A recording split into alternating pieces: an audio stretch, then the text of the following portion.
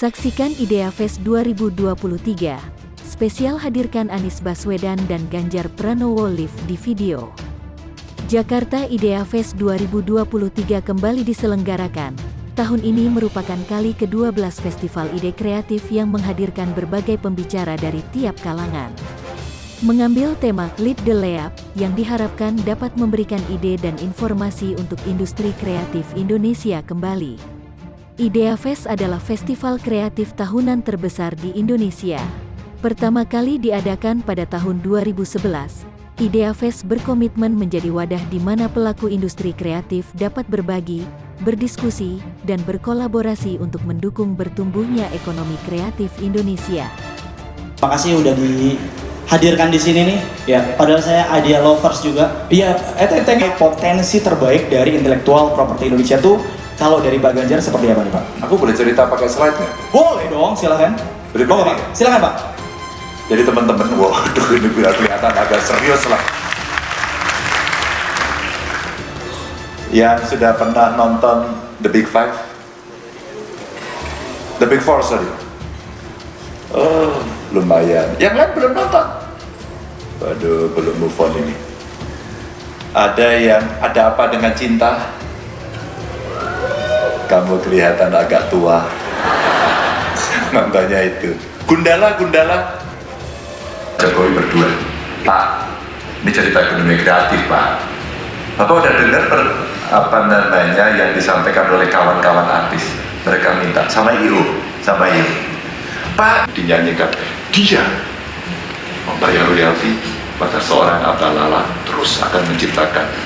Termasuk kita punya nasi goreng yang terkenal, kita punya rendang yang terkenal, tapi ketika kita mau buka di banyak tempat, mengkritik presiden gitu misalnya dari atau tokoh-tokoh politik sebelumnya tanpa ketakutan, tapi buat saja untuk sesi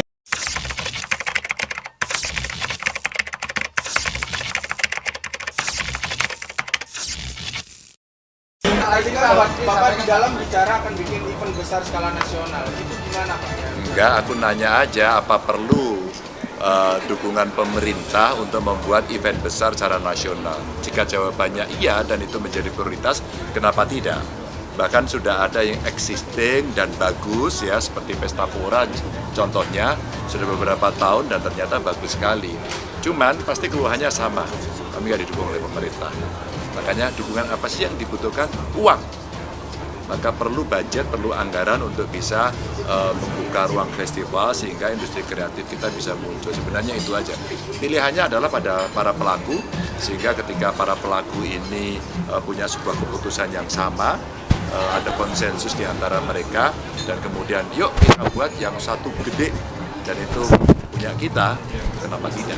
Mas, ini kan tadi bicara banyak soal IT, soal ekraf dan lain-lain, tadi juga banyak kritik pedes nih dari Mas.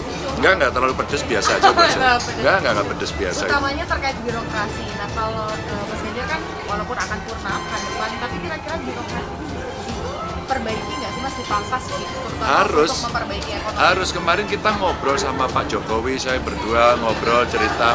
Pak, tahu nggak Pak industri kreatif perkembangan seperti apa? Sangat tahu Pak Jokowi. Pak, tahu nggak Pak keluhan dari kawan-kawan? Ya, beliau ngobrol. Dan kemudian saya kuatkan, satu, soal menghargai karya para seniman.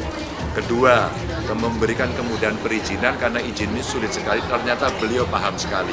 Maka kemarin langsung ya komunikasi dengan beberapa orang lah itu setelah kita kasih masukan. Yang ketiga, tentu membuat semacam program talent scouting karena anak-anak kreatif ini cukup banyak di Indonesia dan mesti kita berikan ruang agar mereka bisa mendunia. Dan ini bisa dilakukan sebenarnya kolaborasi.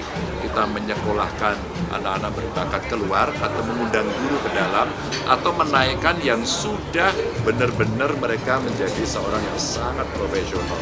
Dan tadi saya contohkan beberapa orang Indonesia, anak-anak Indonesia yang tiba di kelas dunia, kita tunjukkan ini filmnya, ini musiknya, ini senimannya, ini desainernya, katakan yang seperti itu, dan ya itu mesti dilakukan. Kalau tidak kita nggak bisa. Aturannya sudah ada, tinggal mungkin pelaksanaannya termasuk penegakan hukum.